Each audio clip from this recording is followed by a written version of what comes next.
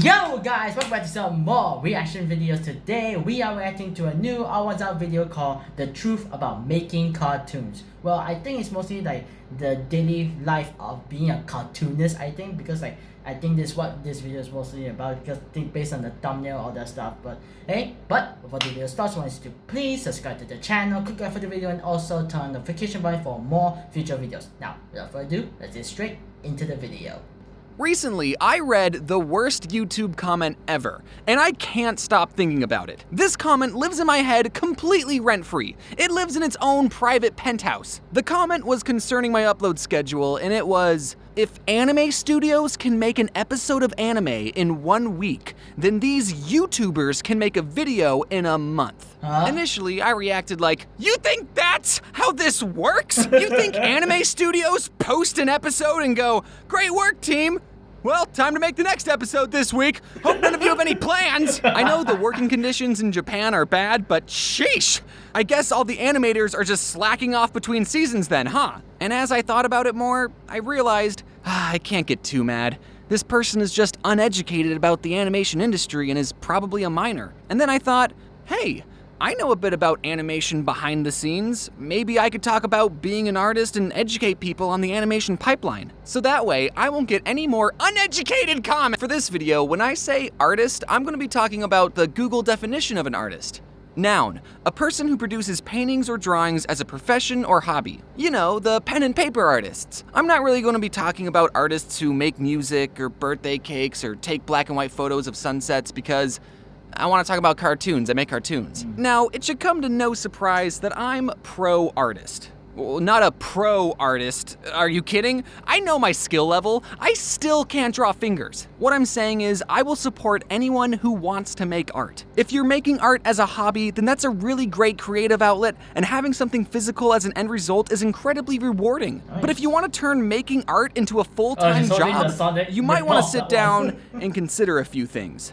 Like, are you sure you don't want to go to law school? The biggest challenge all artists face is they have to eat food to survive. And in this capitalist society, food costs money. So artists are challenged to somehow take being good at making shapes and turn that into money. I know of 4 ways an artist can make a living. The first way is to be so good at art that people will pay money to hang it up in their house. The second option is to make caricature drawings at beaches and tourist traps. The third option is to sell your plasma. And the fourth option, which is the most common option, is to make drawings that people will pay you to make. And do a little bit of option 3 on the side. Some artists will take commissions, which is basically an artist going, hey, I'll draw whatever you want, asterisk, for $100. And people will go, what the f***?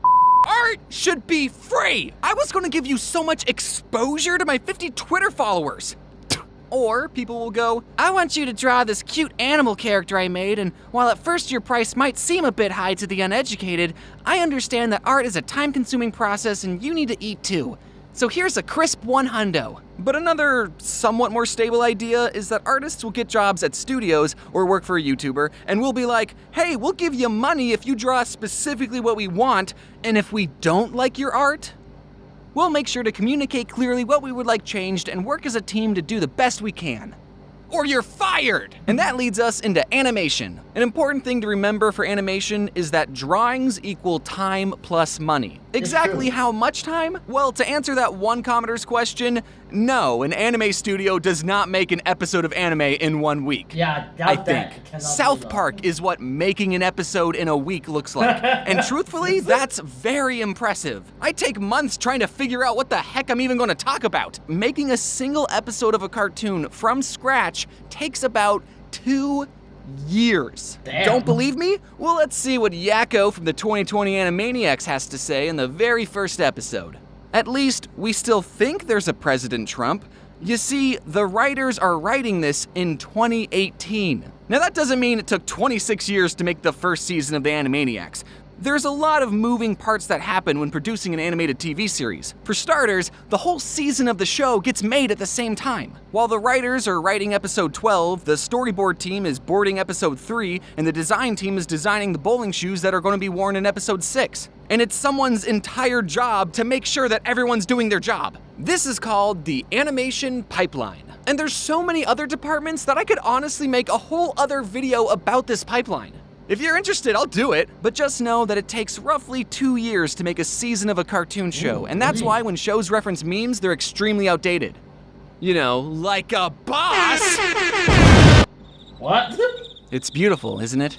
This exterior nighttime city skyline background. This background was drawn by one of my background artists, Annie Loomis, and it took 7 hours to make. And it was used specifically for this clip. If it wasn't for the Cats movie, I would have thought Hollywood knew what they were doing too. It lasted for 4 seconds. That's right. 7 hours of work, For only 4 seconds of 4 content. seconds. So before we continue, I'm gonna make you all sit and appreciate this background for another 4 seconds so I can double the value of this background. It's a nice background.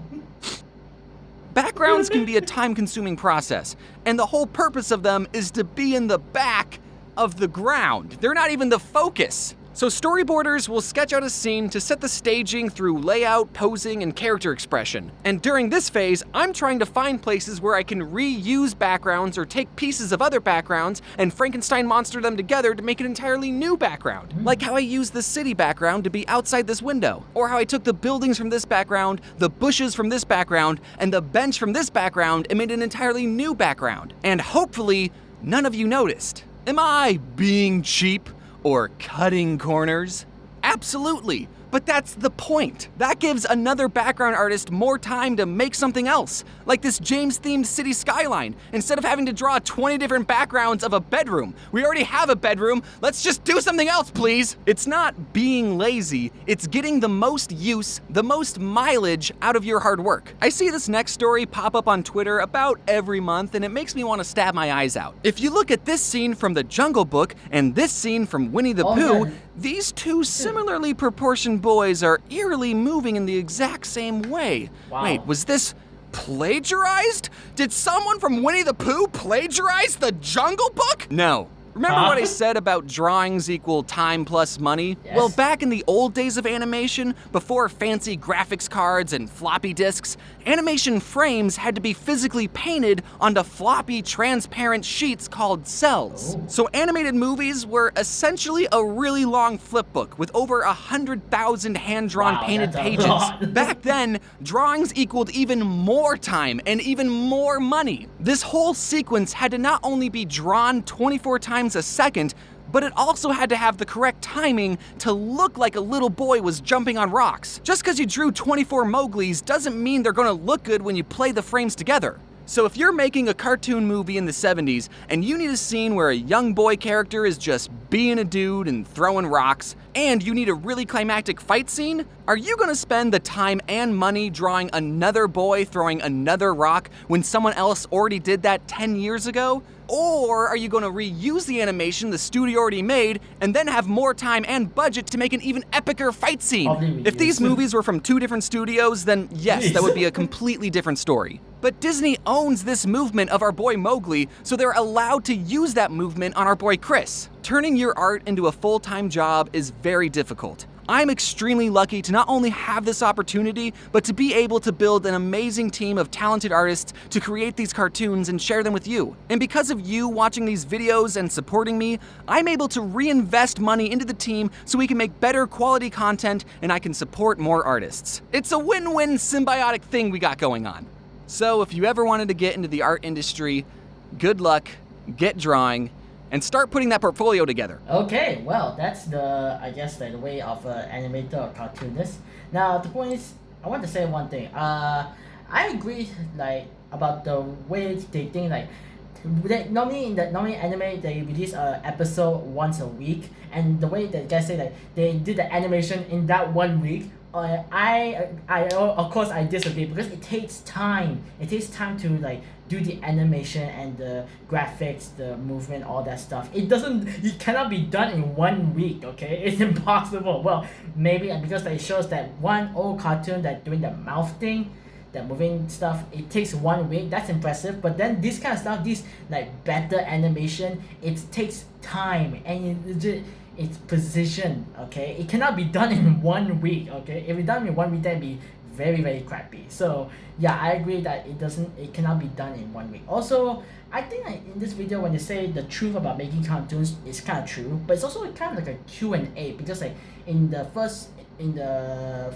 start of the video there's like he commented about someone who bad comment on the video, saying that this video is like animation or the stuff. I can't remember, but this video is mostly like a Q&A, because it's keep like answering the question of the one comment, which is kind of cool, like making a one video like legit answer of one comment in one video. So legit, that's quite amazing. So, and I want to say, since I saw this, I want to say support to all those animators who did the animation for cartoons, animation, any of them. You know, I have now, after watching this, I have full respect for you guys, because after looking at this, it takes a lot of hard work and legit tiring of doing this animation, because it has to be precise, it has to be perfect, not always perfect, not strategically perfect, but it has to like fit into the scene. So I vouch for you guys to